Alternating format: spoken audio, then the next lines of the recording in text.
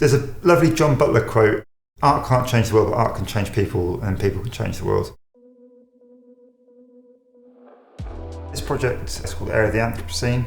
So the Anthropocene is the age we now live in. It's the age of man. It's a photography project documenting air pollution around the world through photography, visualising air pollution levels in photographs. The funding was key to kickstarting the project. So the National Lottery funded a travel grant for the initial residency, so I spent 3 months in Birmingham learning about air pollution. So if I hadn't had that funding, I wouldn't have been able to get started really on the project. Air pollution's the leading environmental risk factor in the UK and actually globally as well. And so that's why I was really excited to work with Robin to actually translate that science into something that the general public could see, get excited by and work with.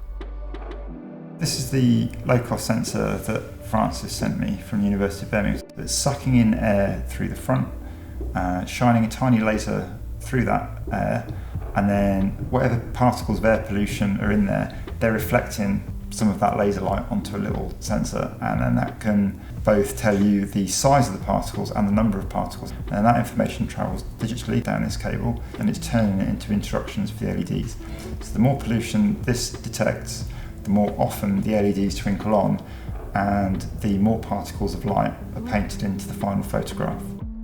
What Robin's paintings do is they kind of shock people into thinking about it, and it creates those places and spaces of discussions.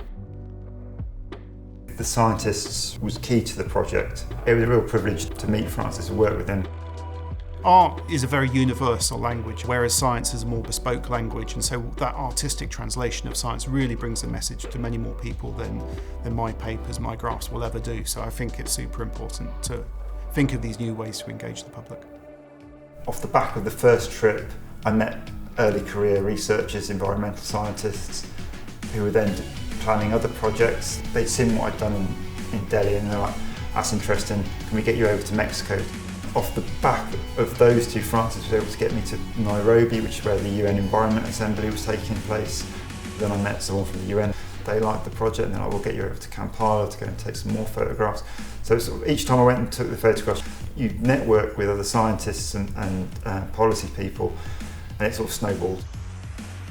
There's a lovely John Butler quote: "Art can't change the world, but art can change people, and people can change the world."